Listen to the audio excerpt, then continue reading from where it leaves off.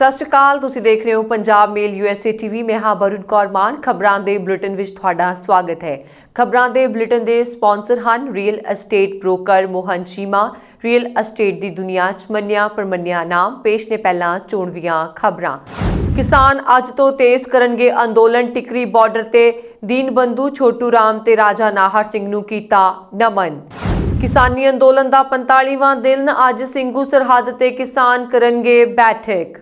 बर्फीलियां तेज हवावां नाल दिल्ली च वधेगी ठंड। अगले 3 दिनों तक लोकां नूं होवेगी परेशानी। किसान अंदोलन ਸਿੰਘੂ बार्डर ते तुरंत राहत लई खोलिया गया अस्थाई मिनी हस्पताल। किसान अंदोलन के दौरान औरतां अते बच्चियां दी शमूलत वध रही है दिनों दिन। बेनतीजा रही केंद्र ते किसानां विचाले बैठक। 15 जनवरी नूं हो सकती है अगली मीटिंग। एयर इंडिया दी महिला पायलटां दी टीम रचेगी इतिहास। दुनिया दे सब तो लंबे हवाई मार्ग तो भरनगियां उड़ाणां। सरकार दे अड़ियल रवैये तो नाराज किसानां ने कहा अजे सिर्फ ट्रेलर दिखाया है, हुण पूरी दिखावांगे फिल्म। पेश ने हुण खबरां विस्तार नाल।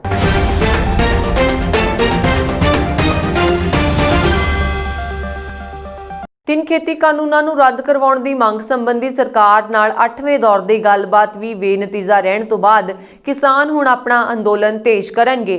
किसानां ने आर-पार दी लड़ाई दा मूड बना लिया है। शनिचरवार नूं बहादुरगढ़ दे टिकरी बार्डर ते अंदोलन ते बैठे किसानां ने दीनबंधू चौधरी छोटू राम अते राजा नाहर सिंह नूं उन्हां दी बरसी ते नमन कीता। किसानां ने 26 जनवरी नूं गणतंत्र दिवस ते दिल्ली विच होण वाली परेड 'च शामिल होण दा ऐलान कर रखिया है। इस दौरान 18 जनवरी नूं महिला किसान दिवस ते 23 नूं नेताजी सुभाष चंद्र बोस दा जन्म दिवस भी मनाया जावेगा। हरियाणा किसान संयुक्त मोर्चा ने 23 तो 25 जनवरी दे विचकार पूरे देश दे किसानां नाल आपो अपने सूबे 'च राजपाल दी रिहाइश दा घिराव करन दा सद्दा दिता। इस मसले ते 11 जनवरी नूं सुप्रीम कोर्ट विच सुनवाई होनी है, पर किसान पहला ही ये कह चुके ने कि सुप्रीम कोर्ट दा फैसला चाहे जो होवे ओ तां अंदोलन दी राह ते ही रहणगे ते अप्रैल विच होण वाली विसाखी भी अंदोलन दौरान ही मनाउणगे। अजिहे विच अंदोलन दा लंबा खिचदा नज़र आ रहा है। दिल्ली ਦੀਆਂ सरहदां ते खेती कानूनां खिलाफ किसानां दा धरना प्रदर्शन जारी है। किसान अंदोलन दा अज 45वां दिन है। सरकार अते किसान जथेबंदियां दे आगूआं विचाले 3 खेती कानूनां नूं लैके शुक्रवार नूं होई 8वें दौर दी गलबात बेनतीजा रही। सरकार ने किसान आगूआं नूं स्पष्ट कह दिता है कि कानून रद्द नहीं होणगे। उधर किसान भी कानूनां नूं रद्द करवाउण दी अपनी मंग ते अड़े होए अते सरकार नूं दो टुक्का कहा कि जितांगे जां मरांगे। किसानां दा कहना है कि उन्हां दी घर वापसी उदों ही होवेगी जदों कानून सरकार वापस लै लवेगी।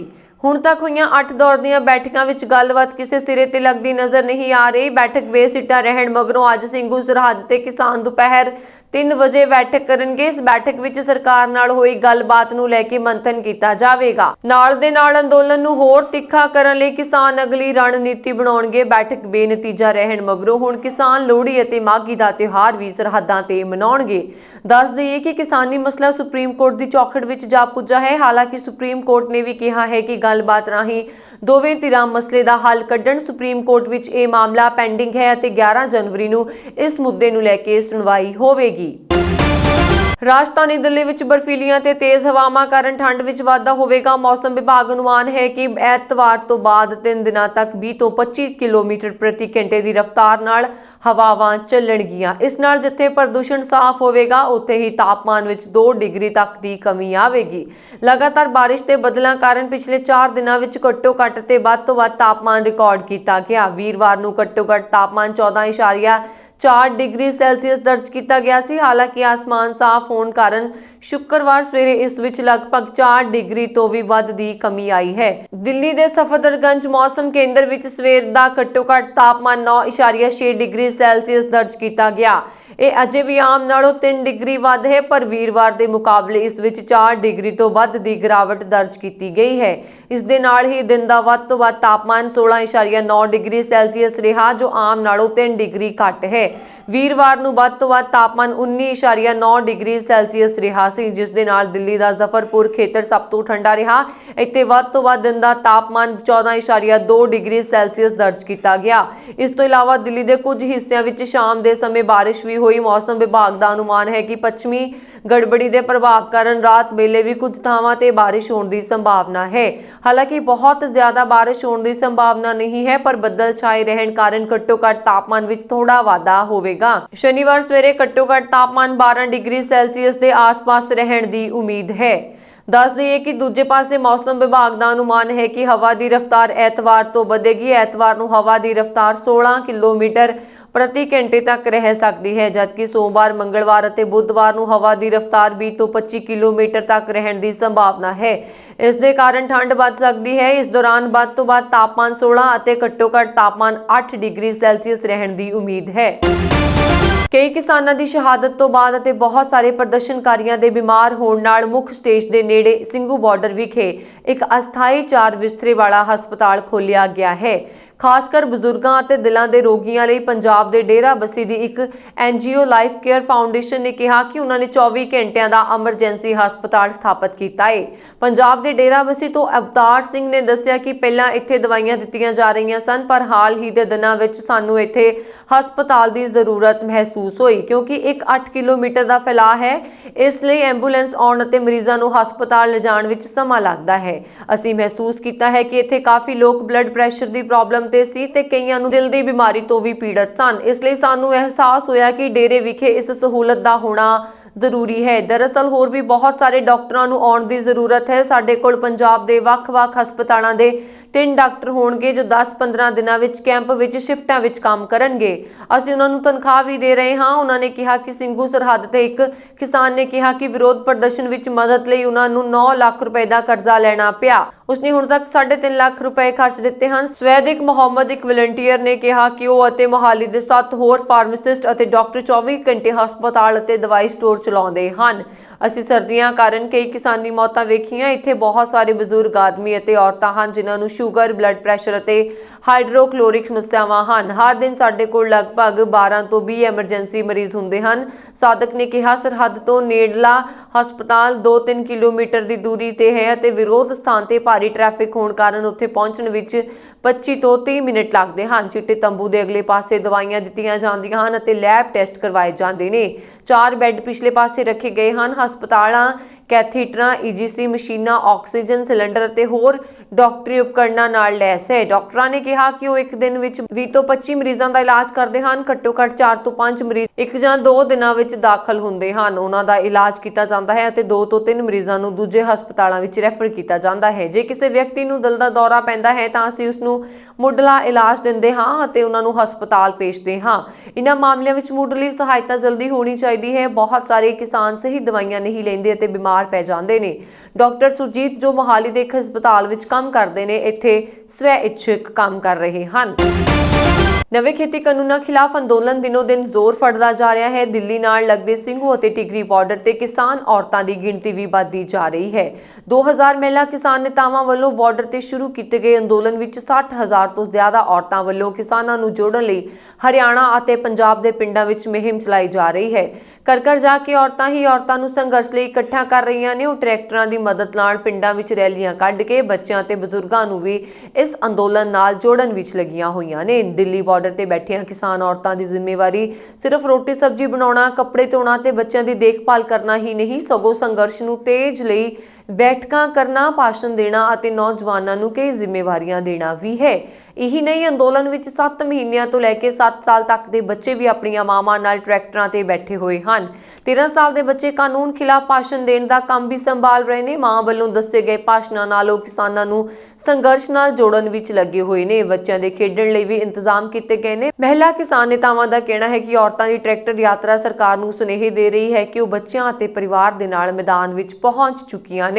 ਜਦੋਂ ਔਰਤਾਂ ਕਿਸੇ ਅੰਦੋਲਨ ਨਾਲ ਜੁੜੀਆਂ ਹਨ ਤਾਂ ਹਾਰ ਨਹੀਂ ਮੰਨਦੀਆਂ, ਸਗੋਂ ਜਿੱਤ ਕੇ ਹੀ ਦਮ ਲੈਂਦੀਆਂ ਨੇ। ਭਾਰਤੀ ਕਿਸਾਨ ਯੂਨੀਅਨ ਮਹਿਲਾ ਵਿੰਗ ਦੀ ਨੇਤਾ ਹਰਿੰਦਰ ਕੌਰ ਬਿੰਦੂ ਦਾ ਕਹਿਣਾ ਹੈ ਕਿ ਨਵੇਂ ਖੇਤੀ ਕਾਨੂੰਨਾਂ ਖਿਲਾਫ ਪੰਜਾਬ, ਹਰਿਆਣਾ ਅਤੇ ਦਿੱਲੀ ਦੀਆਂ ਔਰਤਾਂ ਕਿਸਾਨਾਂ ਨਾਲ ਮੋਢੇ ਨਾਲ ਮੋਢਾ ਜੋੜ ਕੇ ਸੰਘਰਸ਼ ਕਰ ਰਹੀਆਂ ਨੇ। ਔਰਤਾਂ ਨੇ ਸੰਘਰਸ਼ ਨੂੰ ਤੇਜ਼ ਕਰਨ ਦੀ ਕਮਾਨ ਸੰਭਾਲੀ ਹੋਈ ਹੈ। ਆਉਣ ਵਾਲੇ ਦਿਨਾਂ ਵਿੱਚ ਜਦੋਂ ਲੱਖਾਂ ਲੋਕ ਬਾਰਡਰ ਤੇ ਪਹੁੰਚ ਜਾਣਗੇ ਤਾਂ ਸਰਕਾਰ ਨੂੰ ਸਮਝ ਆ ਜਾਵੇਗੀ ਕਿ ਕਿਸਾਨ ਸਿਰਫ ਭੋਲਾ ਹੀ ਨਹੀਂ ਸਗੋਂ ਪੂਰੀ ਦੁਨੀਆ ਨੂੰ ਹਿਲਾਉਣ ਦੀ ਤਾਕਤ ਵੀ ਰੱਖਦਾ ਹੈ। ਕੜਾਕੇ ਦੀ ਠੰਡ ਵਿੱਚ ਔਰਤਾਂ ਘਰ ਛੱਡ ਕੇ ਬਾਰਡਰ ਤੇ ਗਈਆਂ ਹਨ ਤਾਂ ਸਰਕਾਰ ਨੂੰ ਸਮਝ ਲੈਣਾ ਚਾਹੀਦਾ ਹੈ ਕਿ ਕਾਨੂੰਨਾਂ ਵਿੱਚ ਸਿਰਫ ਸੋਧ ਨਾਲ ਕੰਮ ਨਹੀਂ ਚੱਲੇਗਾ, ਸਗੋਂ ਇਹਨਾਂ ਨੂੰ ਰੱਦ ਕਰਨਾ ਪਵੇਗਾ। ਅਸੀਂ ਹਾਰਾਂਗੇ ਨਹੀਂ, ਚਾਹੇ ਸੰਘਰਸ਼ ਸਾਲ ਭਰ ਕਿਉਂ ਨਾ ਚੱਲੇ। ਇਸੇ ਤਰ੍ਹਾਂ ਬਾਰਡਰ ਤੇ ਡਟੇ ਰਹਾਂਗੇ। ਬਿੰਦੂ ਨੇ ਕਿਹਾ ਕਿ ਕੁਝ ਮੰਤਰੀ ਕਹਿ ਰਹੇ ਨੇ ਕਿ ਕਿਸਾਨ ਬਾਰਡਰ ਤੇ ਪਿਕਨਿਕ ਮਨਾ ਰਹੇ ਨੇ, ਉਹਨਾਂ ਨੂੰ ਇਹ ਪਿਕਨਿਕ ਜਿਹਾ ਲੱਗ ਰਿਹਾ ਹੈ ਤਾਂ ਉਹ ਵੀ ਹਿੱਸਾ ਲੈ ਲੈਣ, ਪਰ ਕੁਝ ਕਾਰਪੋਰੇਟ ਘਰਾਣਿਆਂ ਦੀਆਂ ਜੇਬਾਂ ਭਰਨ ਲਈ ਕਿਸਾਨਾਂ ਦੇ ਅਧਿਕਾਰਾਂ ਨੂੰ ਖਾਣ ਦਾ ਕੰਮ ਨਾ ਕਰਨ। ਲੋਹੜੀ ਵੀ ਸ਼ਾਇਦ ਬਾਰਡਰ ਤੇ ਹੀ ਮਨਾਉਣੀ ਪਵੇਗੀ। ਮਹਿਲਾ ਕਿਸਾਨ ਨੇਤਾ ਪਰਮਜੀਤ ਪੰਮੀ ਪੀਥੋ ਨੇ ਕਿਹਾ ਕਿ ਕੇਂਦਰ ਸਰਕਾਰ ਦੇ 3 ਨਵੇਂ ਖੇਤੀ ਕਾਨੂੰਨ ਕਿਸਾਨਾਂ ਨੂੰ ਤਬਾਹ ਕਰ ਦੇਣਗੇ। ਕਿਸਾਨ ਆਪਣੀ ਜ਼ਮੀਨ ਤੇ ਹੀ ਮਜ਼ਦੂਰ ਬਣ ਜਾਵੇਗਾ। ਇਹਨਾਂ ਤਿੰਨੋਂ ਕਾਨੂੰਨਾਂ ਨੂੰ ਸਹਿਣ ਨਹੀਂ ਕੀਤਾ ਜਾਵੇਗਾ। ਉਹਨਾਂ ਨੇ ਕਿਹਾ ਔਰਤਾਂ ਨੂੰ ਮਰਦਾਂ ਦੇ ਬਰਾਬਰ ਅਧਿਕਾਰ ਚਾਹੀਦਾ ਹੈ ਤਾਂ ਉਹਨਾਂ ਨਾਲ ਅੰਦੋਲਨ ਵਿੱਚ ਵੀ ਬਰਾਬਰ ਦੀ ਹਿੱਸੇਦਾਰੀ ਨਿਭਾਉਣੀ ਪਏਗੀ। ਉਹਨਾਂ ਨੂੰ ਮਹਿਲਾ ਕਿਸਾਨ ਹਰ ਰੋਜ਼ ਮਰਦਾਂ ਦੇ ਬਰਾਬਰ ਭਾਸ਼ਣ ਦੇ ਰਹੀਆਂ ਨੇ, ਸਰਕਾਰ ਦੀਆਂ ਕਾਲੀਆਂ ਨੀਤੀਆਂ ਦਾ ਵਿਰੋਧ ਕਰ ਰਹੀਆਂ ਨੇ, ਬਹੁਤ ਦੂਰੋਂ ਆਉਣ ਵਾਲੇ ਕਿਸਾਨਾਂ ਦੇ ਪਰਿਵਾਰਾਂ ਦੀ ਦੇਖਭਾਲ ਵੀ ਕਰ ਰਹੀਆਂ ਹਨ। ਉਹਨਾਂ ਦਾ ਕਹਿਣਾ ਹੈ ਕਿ ਕਿਸਾਨਾਂ ਦਾ ਅੰਦੋਲਨ ਕੋਈ ਆਮ ਸੰਘਰਸ਼ ਨਹੀਂ ਸਗੋਂ ਇਹ ਅਜਿਹਾ ਅੰਦੋਲਨ ਬਣ ਚੁੱਕਿਆ ਹੈ ਜਿਸ ਨੂੰ ਪੂਰੀ ਦੁਨੀਆ ਦਾ ਸਾਥ ਮਿਲ ਰਿਹਾ ਹੈ। ਸਰਕਾਰ ਆਪਣੀ ਜ਼ਿੱਦ ਛੱਡਣ ਦਾ ਨਾਂ ਨਹੀਂ ਲੈ ਰਹੀ, ਅਸੀਂ ਵੀ ਸੰਘਰਸ਼ ਛੱਡਣ ਵਾਲੇ ਨਹੀਂ ਹਾਂ। ਹੁਣ ਲੋਹੜੀ ਵੀ ਸ਼ਾਇਦ ਬਾਰਡਰ ਤੇ ਹੀ ਮਨਾਉਣੀ ਪਵੇਗੀ। ਕਿਸਾਨਾਂ ਨੇ ਤਿਆਰੀ ਸ਼ੁਰੂ ਕਰ ਦਿੱਤੀ ਹੈ। ਕੇਂਦਰ ਸਰਕਾਰ ਅਤੇ ਕਿਸਾਨਾਂ ਵਿਚਾਲੇ 8ਵੇਂ ਦੌਰ ਦੀ ਬੈਠਕ ਹੋਈ। ਕਰੀਬ 3 ਘੰਟੇ ਚੱਲੀ ਇਹ ਬੈਠਕ ਬੇਨਤੀਜਾ ਰਹੀ। ਹੁਣ 15 ਜਨਵਰੀ ਨੂੰ 19ਵੇਂ ਦੌਰ ਦੀ ਅਗਲੀ ਬੈਠਕ ਹੋਵੇਗੀ। ਅੱਜ ਦੀ ਬੈਠਕ ਵਿੱਚ ਸਰਕਾਰ ਨੇ ਕਿਸਾਨਾਂ ਨੂੰ ਕਮੇਟੀ ਬਣਾਉਣ ਦਾ ਪ੍ਰਸਤਾਵ ਦਿੱਤਾ। ਬੈਠਕ ਤੋਂ ਬਾਅਦ ਕਿਸਾਨ ਆਗੂ ਹਨਾਨ ਮੁੱਲਾ ਨੇ ਕਿਹਾ ਕਿ ਖੇਤੀ ਕਾਨੂੰਨ ਕਿਸਾਨ ਵਿਰੋਧੀ ਹਨ। 11 ਜਨਵਰੀ ਨੂੰ ਕਿਸਾਨ ਜਥੇਬੰਦੀਆਂ ਦੀ ਬੈਠਕ ਹੋਵੇਗੀ। ਸਰਕਾਰ ਨਾਲ ਮੁਲਾਕਾਤ ਤੋਂ ਬਾਅਦ ਕਿਸਾਨ ਆਗੂ ਬੋਲੇ 15 ਜਨਵਰੀ ਨੂੰ ਸਰਕਾਰ ਵੱਲੋਂ ਮੁੜ ਬੈਠਕ ਬੁਲਾਈ ਗਈ ਹੈ। ਸਰਕਾਰ ਕਾਨੂੰਨਾਂ 'ਚ ਸੋਧ ਦੀ ਗੱਲ ਕਰ ਰਹੀ ਹੈ ਪਰ ਅਸੀਂ ਕਾਨੂੰਨ ਵਾਪਸ ਲੈਣ ਤੋਂ ਇਲਾਵਾ ਕੁਝ ਵੀ ਸਵੀਕਾਰ ਨਹੀਂ ਕਰਾਂਗੇ। ਉਹਨਾਂ ਨੇ ਕਿਹਾ 26 ਜਨਵਰੀ ਨੂੰ ਸਾਡੀ ਪਰੇਡ ਯੋਜਨਾ ਅਨੁਸਾਰ ਹੋਵੇਗੀ। ਦੱਸਣਯੋਗ ਹੈ ਕਿ ਇਸ ਤੋਂ ਪਹਿਲਾਂ 4 ਜਨਵਰੀ ਨੂੰ ਬੈਠਕ ਹੋਈ। ਬੇਨਤੀਜਾ ਰਹਿਣ ਤੋਂ ਬਾਅਦ ਬੈਠਕ ਇਹ ਵਾਲੀ ਅਹਿਮ ਹੈ। ਸਰਕਾਰ ਨੇ 30 ਦਸੰਬਰ ਨੂੰ 6ਵੇਂ ਦੌਰ ਦੀ ਗੱਲਬਾਤ ਕਿਸਾਨਾਂ ਦੀ ਬਿਜਲੀ ਸਬਸਿਡੀ ਅਤੇ ਪਰਾਲੀ ਸਾੜਨ ਸੰਬੰਧੀ 2 ਮੰਗਾਂ ਨੂੰ ਮੰਨ ਲਿਆ ਸੀ। ਇਸ ਤੋਂ ਪਹਿਲਾਂ ਕਿਸੇ ਵੀ ਬੈਠਕ ਵਿੱਚ ਕੋਈ ਸਫਲਤਾ ਨਹੀਂ ਮਿਲੀ ਸੀ। 8ਵੇਂ ਦੌਰ ਦੀ ਬੈਠਕ ਤੋਂ ਪਹਿਲਾਂ ਕਿਸਾਨ ਆਗੂਆਂ ਦਾ ਕਹਿਣਾ ਹੈ ਕਿ ਕੱਲ ਦੇ ਇਤਿਹਾਸਕ ਟਰੈਕਟਰ ਮਾਰਚ ਦਾ ਅਸਰ ਅੱਜ ਦੀ ਬੈਠਕ ਤੇ ਦੇਖਣ ਨੂੰ ਮਿਲੇਗਾ। ਪਹਿਲੀ 에ਅਰਲਾਈਨ ਕੰਪਨੀ 에ਅਰ ਇੰਡੀਆ ਇੱਕ ਹੋਰ ਉਪਲਬਧੀ ਹਾਸਲ ਕਰਨ ਜਾ ਰਹੀ ਹੈ, ਜਿੱਥੇ 에ਅਰ ਇੰਡੀਆ ਦੀ ਮਹਿਲਾ ਪਾਇਲਟਾਂ ਦੀ ਇੱਕ ਟੀਮ ਦੁਨੀਆ ਦੀ ਸਭ ਤੋਂ ਲੰਬੇ ਮਾਰਗ ਰਾਹੀਂ ਉਡਾਣ ਭਰਨ ਜਾ ਰਹੀ ਹੈ। ਦੱਸਿਆ ਜਾ ਰਿਹਾ ਹੈ ਕਿ ਇਹ ਟੀਮ ਦੁਨੀਆ ਦੇ ਸਭ ਤੋਂ ਲੰਬੇ ਹਵਾਈ ਮਾਰਗ ਉੱਤੇ ਉੱਤਰੀ ਧਰੁਵ ਤੇ ਉਡਾਣ ਭਰੇਗੀ। ਅਮਰੀਕਾ ਦੇ ਸੈਨ ਫਰਾਂਸਿਸਕੋ ਤੋਂ ਉਡਾਣ ਭਰਦੇ ਹੋਏ ਇਹ ਟੀਮ ਉੱਤਰੀ ਧਰੁਵ ਤੋਂ ਹੁੰਦੇ ਹੋਏ 9 ਜਨਵਰੀ ਨੂੰ ਬੈਂਗਲੁਰੂ ਪੁੱਜੇਗੀ ਅਤੇ ਇਸ ਦੌਰਾਨ ਲਗਭਗ 16,000 ਕਿਲੋਮੀਟਰ ਦੀ ਦੂਰੀ ਤੈਅ ਕਰੇਗੀ। 에ਅਰ ਇੰਡੀਆ ਦੇ ਇੱਕ ਅਧਿਕਾਰੀ ਨੇ ਦੱਸਿਆ ਕਿ ਉੱਤਰੀ ਧਰੁਵ ਦੇ ਉੱਪਰੋਂ ਉਡਾਣ ਭਰਨਾ ਬਹੁਤ ਹੀ ਚੁਣੌਤੀ ਭਰਪੂਰ ਹੈ ਅਤੇ 에ਅਰਲਾਈਨ ਕੰਪਨੀਆਂ ਇਸ ਰਸਤੇ ਤੇ ਆਪਣੇ ਸਭ ਤੋਂ ਉੱਤਮ ਅਤੇ ਤਜਰਬੇਕਾਰ ਪਾਇਲਟਾਂ ਨੂੰ ਭੇਜਦੀਆਂ ਨੇ। ਇਸ ਵਾਰ 에ਅਰ ਇੰਡੀਆ ਨੇ ਸੈਨ ਫਰਾਂਸਿਸਕੋ ਤੋਂ ਬੈਂਗਲੁਰੂ ਤੱਕ ਦੇ ਧਰੁਵੀ ਰਸਤੇ ਤੋਂ ਯਾਤਰਾ ਲਈ ਇੱਕ ਮਹਿਲਾ ਕੈਪਟਨ ਨੂੰ ਜ਼ਿੰਮੇਵਾਰੀ ਦਿੱਤੀ ਹੈ। ਕੈਪਟਨ ਜ਼ੋਆ ਅਗਰਵਾਲ ਨੇ ਕਿਹਾ ਕਿ ਦੁਨੀਆ ਦੇ ਜ਼ਿਆਦਾਤਰ ਲੋਕਾਂ ਨੇ ਆਪਣੇ ਜੀਵਨ ਵਿੱਚ ਉੱਤਰੀ ਧਰੁਵ ਜਾਂ ਜਿੱਥੇ ਤੱਕ ਇਸ ਨਕਸ਼ੇ ਤੇ ਵੀ ਨਹੀਂ ਦੇਖੀ ਹੋਵੇਗੀ। ਉਹਨਾਂ ਨੇ ਕਿਹਾ ਕਿ ਨਾਗਰਿਕ ਉਡਾਣ ਮੰਤਰਾਲੇ ਤੇ ਸਾਡੇ ਫਲੈਗ ਕੈਰੀਅਰ ਨੇ ਮੇਰੇ ਤੇ ਜੋ ਵਿਸ਼ਵਾਸ ਜਤਾਇਆ ਤੇ ਉਸ ਨਾਲ ਮੈਂ ਬਹੁਤ ਹੀ ਮਾਣ ਮਹਿਸੂਸ ਕਰ ਰਹੀ ਹਾਂ। ਉਹਨਾਂ ਨੇ ਕਿਹਾ ਕਿ ਸੈਨ ਫਰਾਂਸਿਸਕੋ ਬੈਂਗਲੁਰੂ ਦੀ ਸ਼ੁਰੂਆਤੀ ਉਡਾਣ ਨੂੰ ਕਮਾਂਡ ਕਰਨਾ ਮੇਰੇ ਲਈ ਇੱਕ ਸੁਨਹਿਰਾ ਮੌਕਾ ਹੈ। ਉਹਨਾਂ ਨੇ ਦੱਸਿਆ ਕਿ ਉੱਤਰੀ ਧਰੁਵ ਤੋਂ ਹੋ ਕੇ ਨਿਕਲਣ ਵਾਲਾ ਇਹ ਰਸਤਾ ਦੁਨੀਆ ਦੇ ਸਭ ਤੋਂ ਲੰਬੇ ਰੂਟਾਂ ਵਿੱਚੋਂ ਇੱਕ ਹੈ। ਉਹਨਾਂ ਨੇ ਅੱਗੇ ਕਿਹਾ ਕਿ ਮੈਨੂੰ ਇਸ ਗੱਲ ਦਾ ਬੇਹੱਦ ਮਾਣ ਹੈ ਕਿ ਮੇਰੇ ਕੋਲ ਅਨੁਭਵੀ ਮਹਿਲਾਵਾਂ ਦੀ ਟੀਮ ਹੈ। ਦੁਨੀਆ ਵਿੱਚ ਅਜਿਹਾ ਪਹਿਲੀ ਵਾਰ ਹੋਵੇਗਾ ਜਦੋਂ ਪਾਇਲਟਾਂ ਦੀ ਅਜਿਹੀ ਟੀਮ ਉੱਤਰੀ ਧਰੁਵ ਦੇ ਉੱਪਰੋਂ ਉਡਾਣ ਭਰੇਗੀ ਜਿਸ ਵਿੱਚ ਸਿਰਫ ਮਹਿਲਾਵਾਂ ਹੋਣਗੀਆਂ। ਇੱਕ ਤਰ੍ਹਾਂ ਇਹ ਇਤਿਹਾਸ ਰਚਣ ਦੀ ਕਵਾਇਦ ਹੋਵੇਗੀ। ਇਹ ਕਿਸੇ ਵੀ ਪੇਸ਼ੇਵਰ ਪਾਇਲਟ ਲਈ ਇੱਕ ਸੁਪਨੇ ਦੀ ਤਰ੍ਹਾਂ ਹੈ ਜੋ ਸੱਚ ਹੋਣ ਜਾ ਰਹੀ ਹੈ। ਕੱਲ ਕੇਂਦਰ ਤੇ ਕਿਸਾਨਾਂ ਵਿਚਾਲੇ ਬੇਨਤੀਜਾ ਰਹੀ ਮੀਟਿੰਗ, ਜਿਸ ਕਰਕੇ ਕਿਸਾਨਾਂ ਸੰਗਠਨਾਂ 'ਚ ਨਾਰਾਜ਼ਗੀ ਦੇਖੀ ਜਾ ਰਹੀ ਹੈ। ਅੱਜ ਕਿਸਾਨੀ ਸੰਘਰਸ਼ ਦਾ 45ਵਾਂ ਦਿਨ। ਕਿਸਾਨਾਂ ਨੇ ਸਪਸ਼ਟ ਕਹਿ ਦਿੱਤਾ ਹੈ ਕਿ ਟਰੈਕਟਰ ਮਾਰਚ ਨਾਲ ਸਰਕਾਰ ਨੂੰ ਸਿਰਫ ਟ੍ਰੇਲਰ ਦਿਖਾਇਆ ਗਿਆ, ਹੁਣ ਅਸੀਂ ਪੂਰੀ ਫਿਲਮ ਦਿਖਾਵਾਂਗੇ। ਸਰਕਾਰ ਨੂੰ ਕਿਸਾਨਾਂ ਦੀ ਤਾਕਤ ਦਾ ਅਹਿਸਾਸ ਹੋਵੇਗਾ। ਕਿਸਾਨ ਅਤੇ ਸਰਕਾਰਾਂ ਦਰਮਿਆਨ ਨਿਰੰਤਰ ਗੱਲਬਾਤ ਦੇ ਬਾਵਜੂਦ ਕੋਈ ਹੱਲ ਨਹੀਂ ਨਿਕਲਦਾ ਪ੍ਰਤੀਤ ਹੁੰਦਾ ਅਤੇ ਕਿਸਾਨਾਂ ਉੱਤੇ ਕਾਨੂੰਨਾਂ ਵਿੱਚ ਸੋਧ ਕਰਨ ਲਈ ਸਹਿਮਤ ਹੋਣ ਲਈ ਦਬਾਅ ਬਣਾਇਆ ਜਾ ਰਿਹਾ ਹੈ। ਇਸ ਲਈ ਕਿਸਾਨਾਂ ਨੇ ਹੁਣ ਅੰਦੋਲਨ ਨੂੰ ਲਾਮਬੰਦ ਕਰਨਾ ਸ਼ੁਰੂ ਕਰ ਦਿੱਤਾ ਹੈ ਅਤੇ ਗਣਤੰਤਰ ਦਿਵਸ ਦੇ ਕਿਸਾਨ ਪਰੇਡ ਦੀ ਸਫਲਤਾ ਤੇ ਪੂਰਾ ਜ਼ੋਰ ਦਿੱਤਾ ਜਾਵੇਗਾ। ਦਿੱਲੀ ਬਾਰਡਰ ਤੇ ਕਿਸਾਨੀ ਸੰਘਰਸ਼ ਦਾ ਅੱਜ 45ਵਾਂ ਦਿਨ ਹੈ। ਗ੍ਰਹਿ ਮੰਤਰੀ ਅਮਿਤ ਸ਼ਾਹ ਕਿਸਾਨਾਂ ਨਾਲ ਕਈ ਵਾਰ ਗੱਲਬਾਤ ਕਰ ਚੁੱਕੇ ਨੇ, ਪਰ ਅਜੇ ਤੱਕ ਕੋਈ ਹੱਲ ਨਹੀਂ ਕੱਢਿਆ ਗਿਆ। ਕਿਸਾਨ ਨੇਤਾਵਾਂ ਨੇ ਇੱਥੋਂ ਤੱਕ ਕਿਹਾ ਕਿ ਜਿਵੇਂ ਅੰਦੋਲਨ ਲੰਬਾ ਹੁੰਦਾ ਜਾ ਰਿਹਾ ਹੈ, ਨੌਜਵਾਨ ਕਿਸਾਨਾਂ ਦਾ ਸਬਰ ਟੁੱਟਦਾ ਜਾਂਦਾ ਹੈ ਤਾਂ ਉਹ ਆਪਣੇ ਆਪ ਨੂੰ ਰੋਕ ਨਹੀਂ ਸਕਣਗੇ। ਇਸ ਲਈ ਸਰਕਾਰ ਨੂੰ ਅਜਿਹਾ ਹੋਣ ਤੋਂ ਪਹਿਲਾਂ ਫੈਸਲਾ ਲੈਣਾ ਪਏਗਾ। यूपी ਦੇ ਕਿਸਾਨ ਆਗੂ ਧਰਮਿੰਦਰ ਸਿੰਘ ਨੇ ਕਿਹਾ ਕਿ ਸਰਕਾਰ ਦੇ ਮੰਤਰੀਆਂ ਨੂੰ ਸਪਸ਼ਟ ਤੌਰ ਤੇ ਕਿਹਾ ਕਿ ਉਹ ਜੋ ਵੀ ਸ਼ਹਾਦਤ ਚਾਹੁੰਦੇ ਹਨ ਉਹ ਸ਼ਹਾਦਤ ਦੇਣ ਲਈ ਤਿਆਰ ਹਨ। ਹਰਿਆਣਾ ਦੇ ਕਿਸਾਨ ਆਗੂ ਅਭਿਮਨੂ ਕੁਹਾੜ ਨੇ ਕਿਹਾ ਕਿ ਟ੍ਰੇਲਰ ਦੇਖਣ ਤੋਂ ਬਾਅਦ ਵੀ ਸਰਕਾਰ ਨੂੰ ਸਮਝ ਨਹੀਂ ਆ ਰਹੀ ਅਤੇ ਹੁਣ ਸਰਕਾਰ ਨੂੰ ਫਿਲਮ ਦਿਖਾਉਣੀ ਪਏਗੀ। ਜੇ ਹੁਣ ਸਾਨੂੰ ਲੋਕਾਂ ਨੂੰ ਸ਼ਹਾਦਤ ਦੇਣੀ ਪਈ ਤਾਂ ਅਸੀਂ ਪਿੱਛੇ ਨਹੀਂ ਹਟਾਂਗੇ, ਪਰ ਖੇਤੀਬਾੜੀ ਕਾਨੂੰਨਾਂ ਨੂੰ ਰੱਦ ਕਰਵਾ ਕੇ ਹੀ ਰਹਾਂਗੇ। ਸਰਕਾਰ ਵੱਲੋਂ ਸੋਧ ਲਈ ਦਬਾਅ ਬਣਾਇਆ ਜਾ ਰਿਹਾ ਹੈ। ਅਜਿਹਾ ਕਰਕੇ ਸਰਕਾਰ ਖੁਦ ਆਪਣੇ ਪੈਰਾਂ ਤੇ ਕੁਲਹਾੜੀ ਮਾਰ ਰਹੀ ਹੈ। ਕਿਸਾਨ ਆਪਣੀ ਜ਼ਿੱਦ ਤੇ ਅੜੇ ਹੋਏ ਨੇ ਤੇ ਹੁਣ ਅੰਦੋਲਨ ਨੂੰ ਹੋਰ ਤੇਜ਼ ਕੀਤਾ ਜਾਵੇਗਾ। ਜਦੋਂ ਕਿ ਕੇਂਦਰ ਦਾਅਵਾ ਕਰ ਰਿਹਾ ਹੈ ਕਿ ਸਾਰੀਆਂ ਫਸਲਾਂ ਲਈ ਘੱਟੋ-ਘੱਟ ਸਮਰਥਨ ਮੁੱਲ ਨੂੰ ਕਾਨੂੰਨੀ ਬਣਾਉਣ ਲਈ ਸਰਕਾਰੀ ਖਜ਼ਾਨੇ ਤੇ ਸਾਲਾਨਾ 17 ਲੱਖ ਕਰੋੜ ਦਾ ਬੋਝ ਪਏਗਾ, ਉੱਥੇ ਅਰਬ ਸ਼ਾਸਤਰੀ ਅਤੇ ਮਾਹਰ ਹਨ ਜੋ ਇਸ ਦਲੀਲ ਨੂੰ ਨਹੀਂ ਮੰਨ ਰਹੇ। ਖੇਤੀਬਾੜੀ ਲਾਗਤ ਅਤੇ ਕੀਮਤ ਕਮਿਸ਼ਨ ਦੁਆਰਾ ਹਰ ਸਾਲ 23 ਫਸਲਾਂ ਦਾ MSP ਨਿਰਧਾਰਿਤ ਕੀਤਾ ਜਾਂਦਾ ਹੈ, ਪਰ ਕਣਕ ਅਤੇ ਝੋਨੇ ਸਮੇਤ ਕੁਝ ਹੀ ਫਸਲਾਂ MSP ਤੇ ਖਰੀਦੀਆਂ ਜਾਂਦੀਆਂ ਨੇ ਅਤੇ ਬਾਕੀ ਨਿੱਜੀ ਖਿਡਾਰੀਆਂ ਦੁਆਰਾ ਖਰੀਦੀਆਂ ਜਾਂਦੀਆਂ ਨੇ। 3 ਖੇਤੀ ਕਾਨੂੰਨਾਂ ਨੂੰ ਰੱਦ ਕਰਨ ਦੇ ਨਾਲ ਸਾਰੀਆਂ ਫਸਲਾਂ ਲਈ MSP ਨੂੰ ਕਾਨੂੰਨੀ ਬਣਾਉਣਾ ਦਿੱਲੀ ਦੀ ਸਰਹੱਦ ਤੇ ਵਿਰੋਧ ਕਰ ਰਹੇ ਕਿਸਾਨਾਂ ਦੀ ਇੱਕ ਹੋਰ ਵੱਡੀ ਮੰਗ ਹੈ। ਸਰਕਾਰ ਦਾ ਜਵਾਬ ਆਸਾਨ ਹੈ। ਇਸ ਅੰਕੜਿਆਂ ਦੀ ਕੇਂਦਰ ਨੇ 23 ਫਸਲਾਂ ਲਈ ਐਲਾਨੇ ਕੁੱਲ ਉਤਪਾਦਨ ਅਤੇ MSP ਦੇ ਆਧਾਰ ਤੇ ਹਿਸਾਬ ਲਿਆ, ਜਿਸ ਵਿੱਚ 7 ਅਨਾਜ, ਕਣਕ, ਝੋਨਾ, ਮੱਕੀ, ਜੌਂ, ਜਵਾਰ, ਬਾਜਰਾ ਤੇ ਰਾਗੀ 7 ਤੇਲ ਬੀਜ ਸ਼ਾਮਲ ਹਨ। ਹਰ ਸਾਲ ਇਹ 23 ਫਸਲਾਂ ਭਾਰਤ ਦੇ ਕੁੱਲ ਖੇਤੀ ਉਤਪਾਦਾਂ ਦਾ 80% ਤੋਂ ਵੱਧ ਕਵਰ ਕਰਦੀਆਂ ਹਨ। ਇਸ ਵੇਲੇ CACP ਦੁਆਰਾ ਐਲਾਨੇ ਗਏ MSP ਦਾ ਕੋਈ ਕਾਨੂੰਨੀ ਮੁੱਲ ਨਹੀਂ ਹੈ, ਜਿਹੜਾ ਸੰਸਦ ਦੇ ਐਕਟ ਦੁਆਰਾ ਸਥਾਪਿਤ ਕੋਈ ਕਾਨੂੰਨੀ ਸੰਸਥਾ ਨਹੀਂ ਹੈ ਅਤੇ ਨਾ ਹੀ ਸਰਕਾਰ ਐਲਾਨੇ MSP ਉੱਤੇ ਸਾਰੀਆਂ ਫਸਲਾਂ ਖਰੀਦਣ ਲਈ ਪਾਬੰਦ ਹੈ। ਕਣਕ ਅਤੇ ਝੋਨਾ 2 ਫਸਲਾਂ ਹਨ ਜੋ ਜ਼ਿਆਦਾਤਰ MSP ਤੇ ਖਰੀਦੀਆਂ ਜਾਂਦੀਆਂ ਹਨ ਅਤੇ ਉਹ ਵੀ ਪੰਜਾਬ, ਹਰਿਆਣਾ, MPU ਦੇ ਕੁਝ ਹਿੱਸਿਆਂ ਦੇ ਕੇਂਦਰ ਦੁਆਰਾ ਜਨਤਕ ਵੰਡ ਪ੍ਰਣਾਲੀ ਅਧੀਨ ਵੰਡਣ ਲਈ ਰਾਜ ਦੇ 2 ਹੋਰ ਰਾਜਾਂ ਤੋਂ। ਅਰਥ ਸ਼ਾਸਤਰ ਦੇ professor, Punjabi University Patiala, professor Kesar Singh Pangu ਨੇ ਕਿਹਾ, ਸਰਕਾਰ ਕਹਿੰਦੀ ਹੈ ਕਿ ਜੇ MSP ਨੂੰ ਕਾਨੂੰਨੀ ਬਣਾਇਆ ਜਾਂਦਾ ਹੈ ਤਾਂ ਭਾਰਤ ਦੇ ਬਜਟ ਦਾ ਅੱਧਾ ਖਰਚ ਇਹਨਾਂ ਸਾਰੀਆਂ ਫਸਲਾਂ ਦੀ ਖਰੀਦ ਵਿੱਚ ਜਾਵੇਗਾ, ਪਰ ਇਹ ਸੱਚ ਨਹੀਂ ਹੈ ਕਿਉਂਕਿ ਨਿਰਭਰ ਕਰਦਾ ਹੈ ਅਜਿਹੀਆਂ ਸਾਰੀਆਂ ਫਸਲਾਂ ਦੇ ਬਾਜ਼ਾਰ ਦੇ ਹਾਲਾਤ ਤੇ ਬਹੁਤ ਹੱਦ ਤੱਕ ਨਿਰਭਰ ਕਰਦਾ ਹੈ।